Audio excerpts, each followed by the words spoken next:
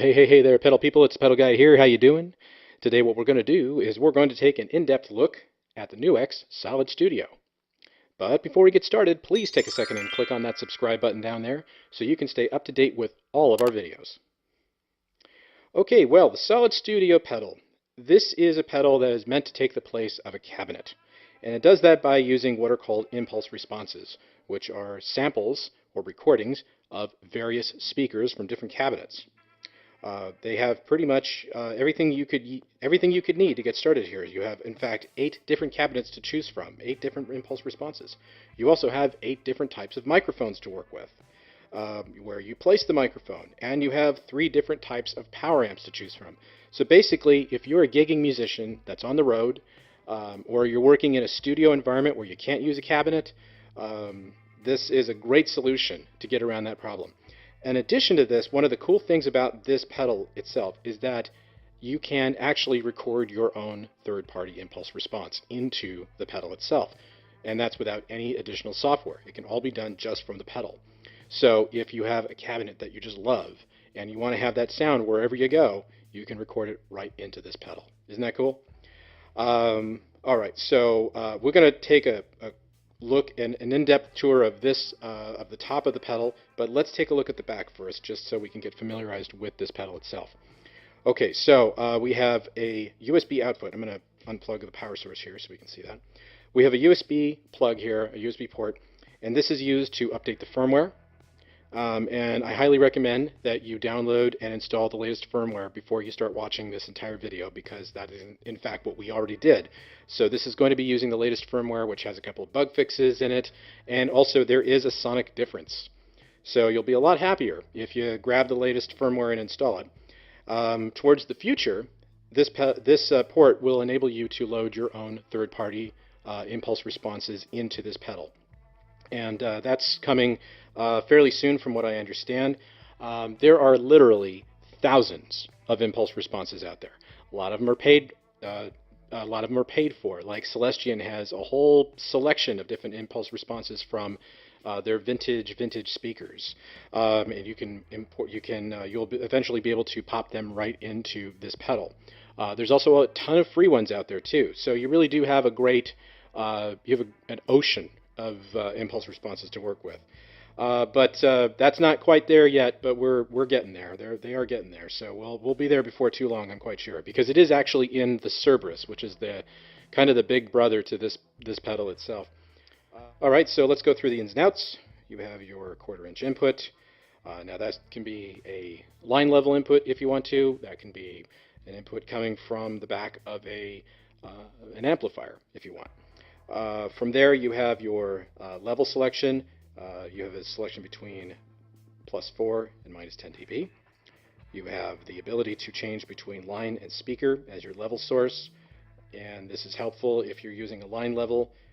Definitely make sure you select it. If you're coming from an amplifier, make sure you select speaker. To the right here are a pair of outputs, and these serve much different purposes. The far output here, the TS, this is the altered output. So this is the affected output that's being affected from the pedal itself. The throughput is a clean through from the input to the throughput without any alteration of any kind. So what you can do is you can actually use both of these simultaneously to create a really large stacked sound. So this can go to a mixing console, for example, and this could go to an actual cabinet if you wanted to, or to another set of effects, or all sorts of wanky stuff. So it's pretty much up to you and how you want to use it. And then over here we have a DI output, a direct inject output, so you can go XLR straight into your recording console. All right, so there we go. And now that we have covered the back of the pedal, let's talk about the top. So now I'm going to go ahead and plug the pedal back in here so that you can see the lights as we make our changes here. Okay, great, wonderful. All right, so the pedal itself is split into 2 sections, the cab and mic section and the amp section. So let's go through the amp section here briefly. To turn it on and off, just use the right foot switch, and that will affect the following switches and knobs: the selector, the master, the drive, and the presence. If you don't have this turned on, none of this will work. From here, you can select one of three different types of power amps. You have an EL34, which is a heavier and crunchy sound. You have the 6V6, and that's a warm and tube-like sound. And then you have an EL84, and that's a bright and trebly sound. So that's a bit more on the brittle side of things. So keep that in mind. Once you've selected the power amp that you want to work with, you then have the master output to change. You have the drive, which alters the gain that's being driven to the power amp, and then your presence, which can adjust the treble frequencies. So you're flat at 12 o'clock there, or you can roll it off, or you can accentuate it. The next section is the cab mic section. To turn it on, just use the left foot switch, and now you have the choice between 8 different cabinets and 8 different microphones. So let's cover the 8 cabinets that are included with the pedal. You have the JZ120, and that is a Roland Jazz Chorus 120. You have the DR112, and that's a Fender Deluxe Reverb 112. You have the BS410, and that is a Fender Bassman 410. You have the A212, and that is a Vox AC3212. You have a TR212, and that is a Fender Twin Reverb 212. You have the 1960, and that's a Marshall 1960 412.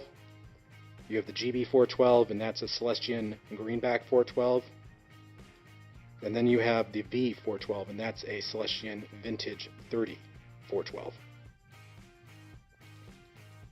Now each one of these will absolutely give you a different sound because you can work with single speakers on the first 3 cabinets, 2 speakers on the next, and then on the next 2, so the 212s are always 2 speakers, and then you have the 1960 GB412 and V412, which are 4 speakers.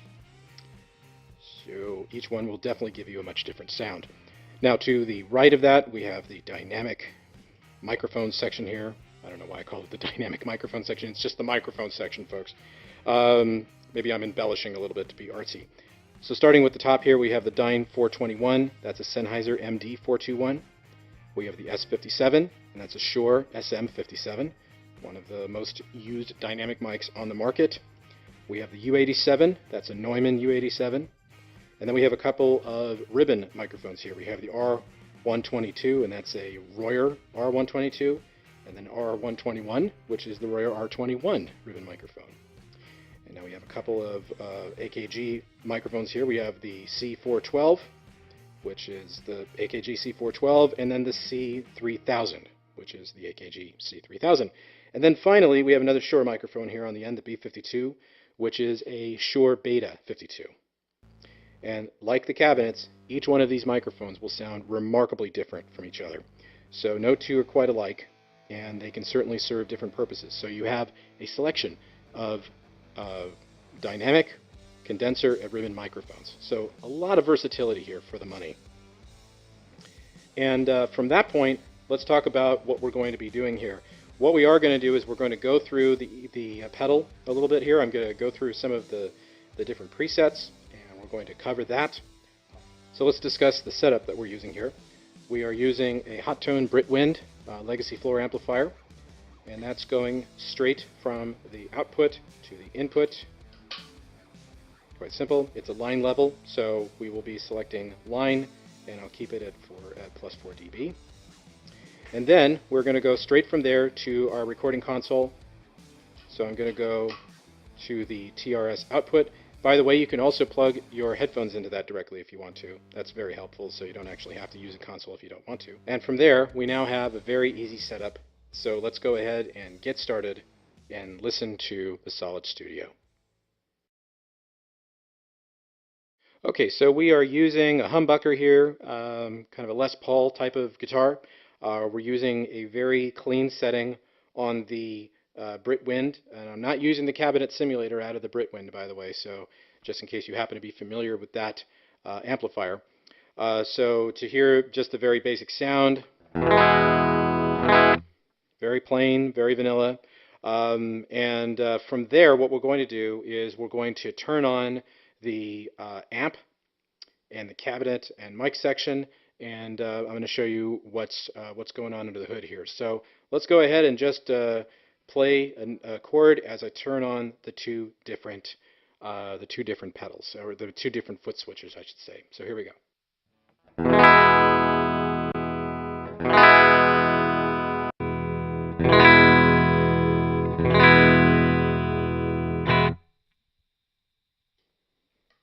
Okay, so we're just getting started here, so don't worry, we're not going to jump to the end of the story here. We're going to show you how this all works. Okay, so the first part is we're going to work with I'm going to keep the power amp where it is for right now, because I'm just going to kind of keep it very, very basic there.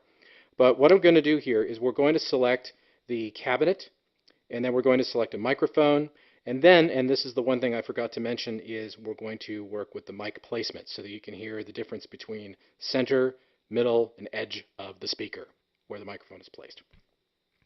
Okay, so first let's have a listen to the different types of cabinets. So what I'll do is I'll just play a chord and I'll just switch between each one of the different cabinets so you can hear it for yourself.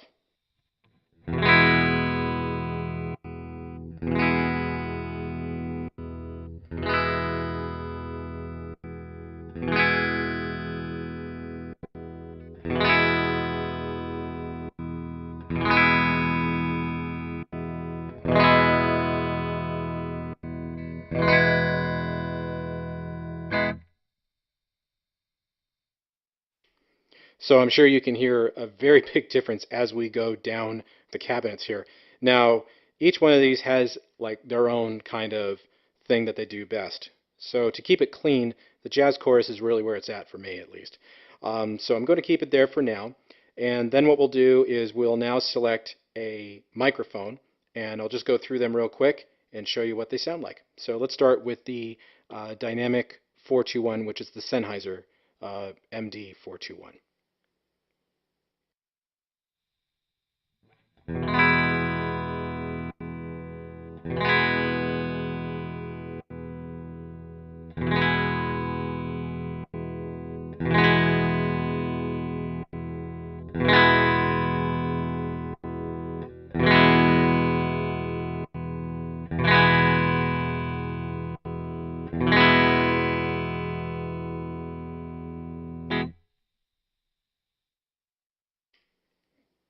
So as you can hear, there is definitely a very large difference as we go through them.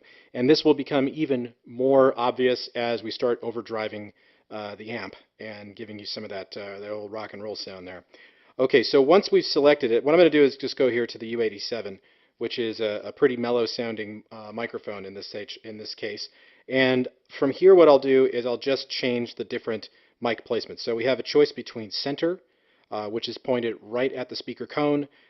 We have the mid, which is between the speaker cone and the edge of the speaker, and then the edge of the speaker. And what this does essentially is the center is the brightest, mid would be a bit more bass heavy, a little less treble, and then edge would be very dark, so a lot less treble, a lot more bass.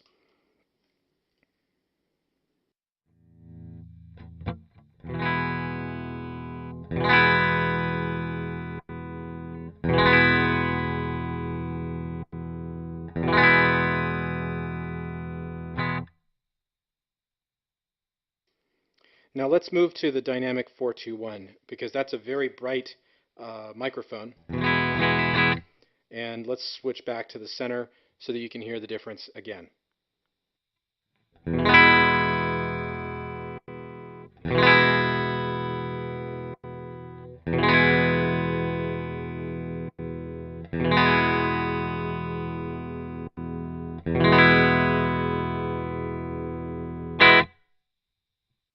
Now obviously you'll have a much different sound if you go to a ribbon microphone. So we'll go to an R122, which is the Royer, and let's hear the mic placement with that microphone.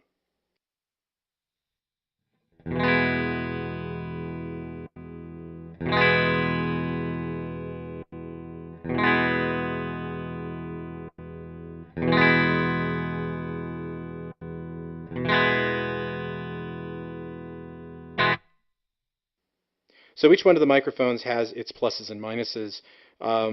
Personally, the SM57 is pretty much a tried and true. Very bright sounding though, so if you're looking for mellow, look towards the condensers and the ribbons. If you're looking for that bright sound, the SM57, the dynamic 421, and probably the B52 would be a good place to go. Okay, so now that we've had a look and listen to the cabinets and to the microphones, let's go to the amp section. So it's already turned on, but you can turn it off and on at will. So it's kind of neat that you've got independent control over that.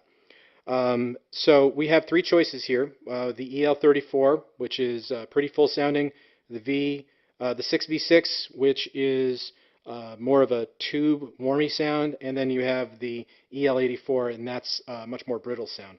So what we'll do is just play a couple of chords as I switch between the different power amps.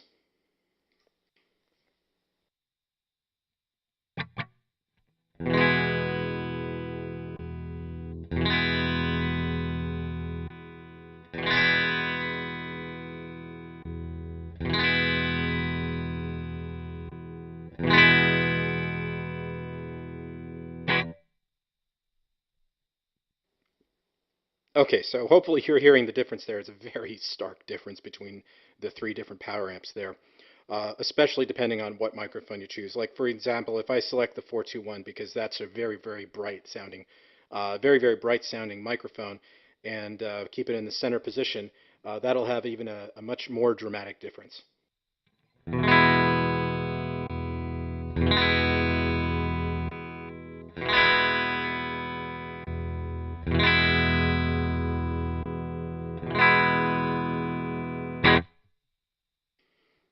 Okay, so from there we have the master, the drive, and the presence.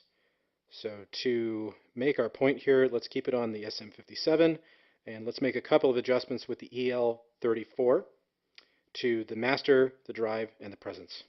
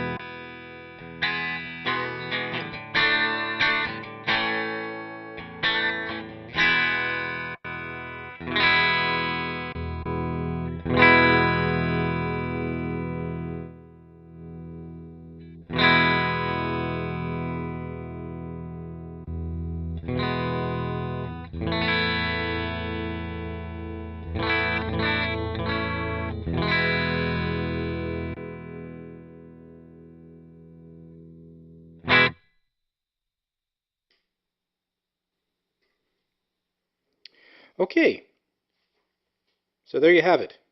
That's the basic layout of the Solid Studio. Now, to kind of give you an idea of what can be done, let's try something kind of eclectic here. Let's go ahead and select a C414, and let's start messing around with the mic placement. Then we'll find a cabinet that we like and a power amp, and we'll make adjustments to it until we get a really great sound. And what we can also do, if we want to, we can use effects along with this so you can kind of hear it affected. But I think for this time right now, what we'll do is we'll just simply work with the what we're given here and just keep it dry. And then in a couple of minutes, we'll go ahead and get into that.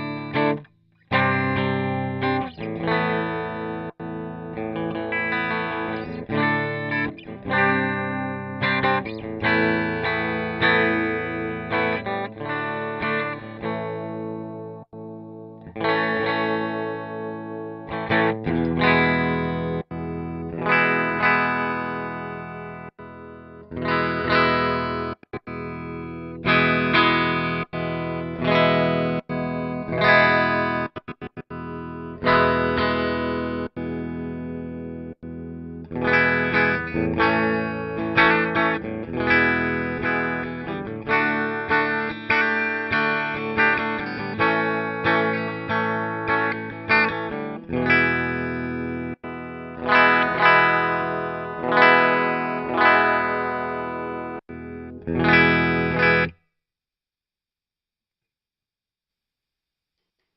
now let's go ahead and start making changes to the amp section.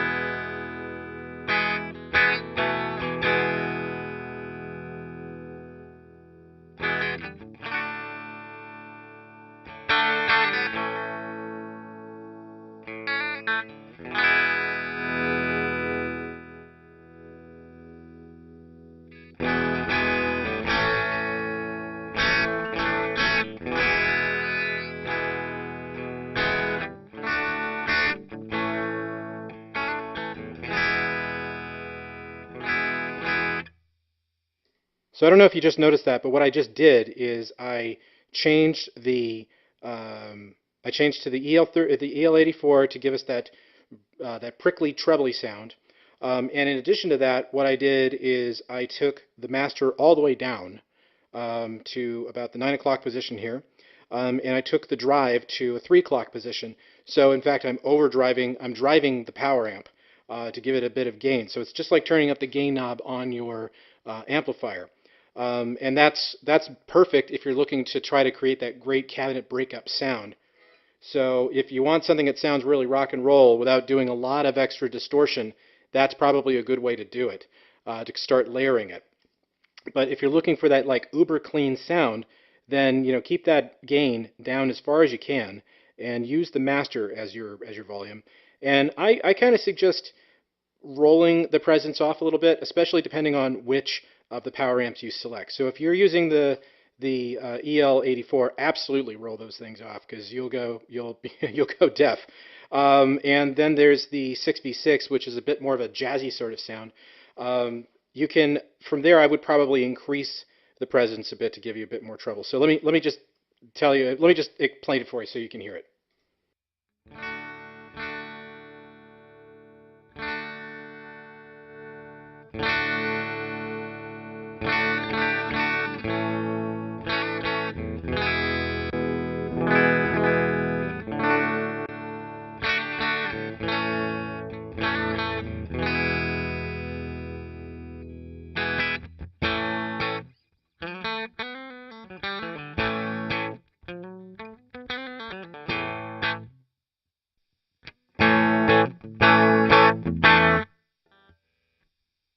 So there's a good example right there where you'd want to turn that presence down.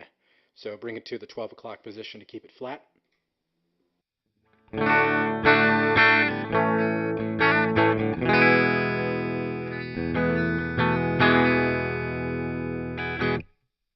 So that kind of gives you an idea of what is easily done here with the Solid Studio. Now let's take it a little step further here, and what we'll do is we'll turn up the drive on the Britwind. And in this case, what we're using the British Invasion. So that's going to have a bit more of a rock and roll sound to it. It's not really a hard rock. So what we'll do is we'll actually turn these two off, and then we'll build it based on the gain there. So let's hear what that sounds like first.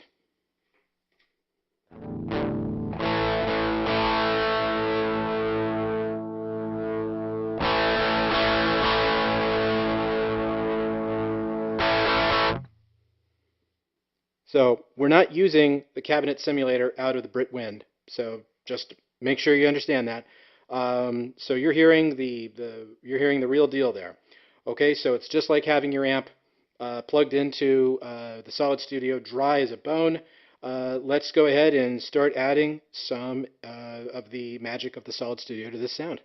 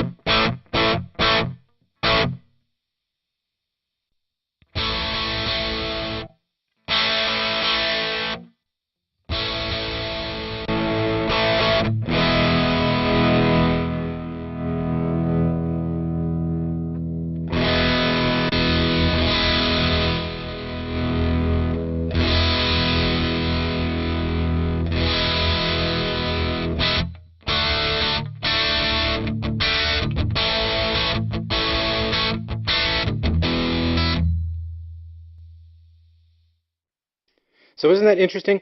We took a Vox AC30 sound coming out of the British invasion.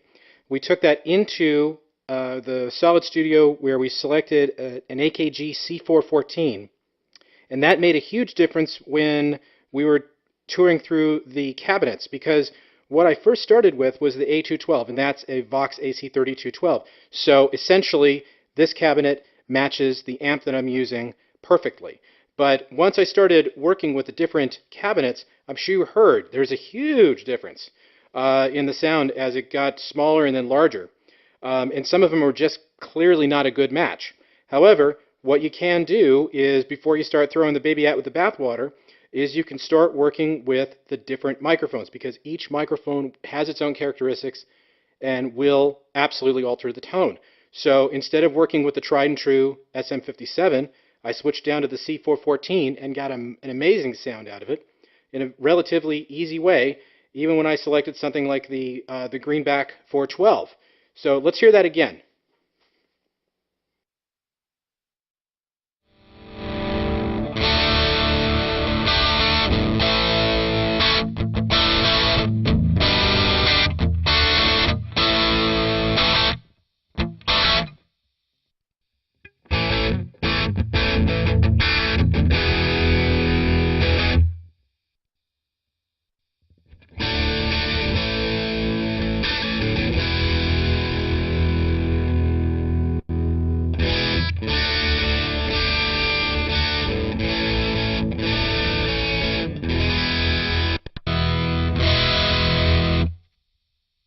So you can hear that doesn't sound very good when we're using the SM57 with the Greenback 412 in this particular amp setup, because we're using that Vox sound. So if we go to something that sounds a little more heavy, a little less bassy, a little more trebly, we get the C414 and we get a much different sound.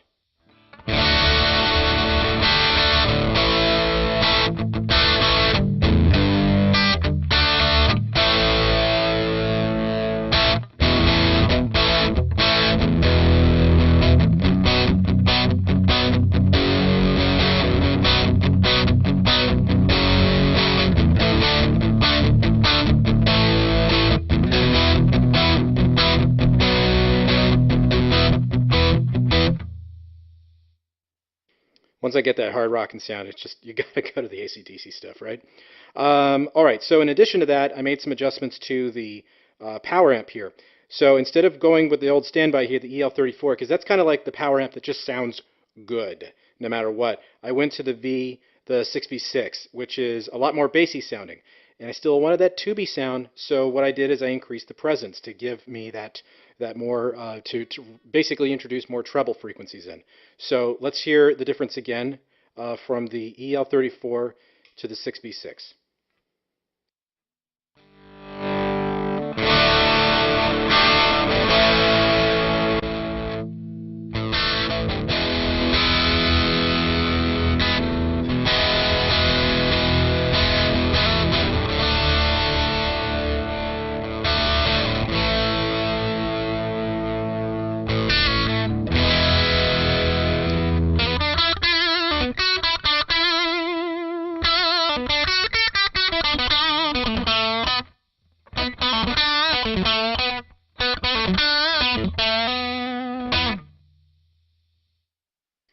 So that's got a lot of bite and brittleness to it, really great sounding there. Now, if we added some reverb to it, like from the amp, so in this case here we've got some reverb from the Britwind, that introduces another layer to the tones.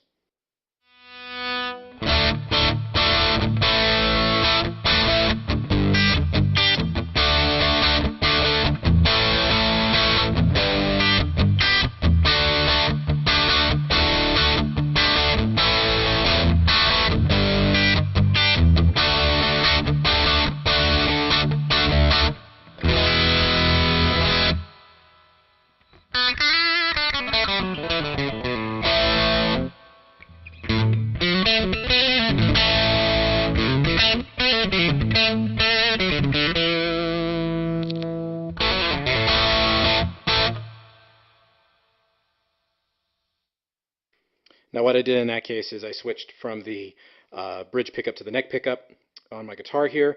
Now we also are making use of the send and return on the Brit Wind, so I've got a delay on there, so if we bring that in,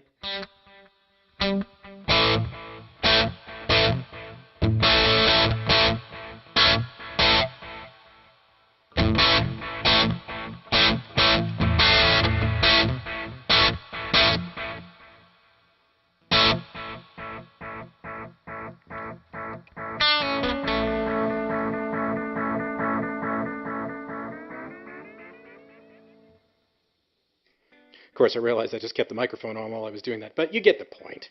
You get the point. You guys are smart people. You know what you're doing. Okay, so that is, in essence, the Solid Studio.